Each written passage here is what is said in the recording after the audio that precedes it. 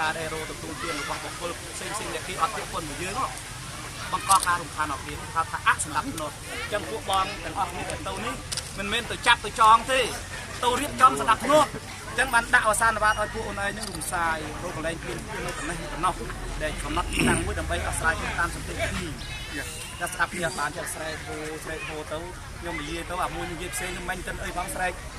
បំពងសភាពខាលសត្វតាគិបិទសត្វតាគិចាប់មានណាចាប់ទេយល់ទេចឹងមិញបើសិនណាជាខ្ញុំទៅខ្ញុំប្រាប់រឹកប្រាប់ម៉ាក់អូនឯងថាកន្លងអូនឯងមុនចេះជួបគ្នាកន្លែងកណេះដល់សាលាក្រុងទេម៉ាក់អូនឯងមិនហ៊ានពីឡាននេះខ្លាចគេចាត់គេអីចឹងទៅហ្នឹងហើយខ្ញុំក៏រកដើរខ្ញុំឥឡូវដើរលេងទៅរួចហើយចឹងនិយាយក្នុងទីនេះខ្ញុំយកបងប្អូនពីនេះមកដល់មកបាទយកមកហើយចឹងយកមកវិញទាំងអស់ហើយនិយាយគ្នាហើយការទៀមទាអីក៏ដោយអូនឯងទៅសាលាក្រុងណាមានតំណាងថា10នាក់ចេះទឹកពីដៃតំណាងដាក់ទៅសាលាក្រុងខ្ញុំឲ្យសាលាក្រុងបងអភិបាលក្រុងសម្រាប់ទទួលបណ្ដឹងរបស់រាជស្រេចយកទៅដើម្បីដាក់ទៅហើយការទៀមទាអីផ្សេងណា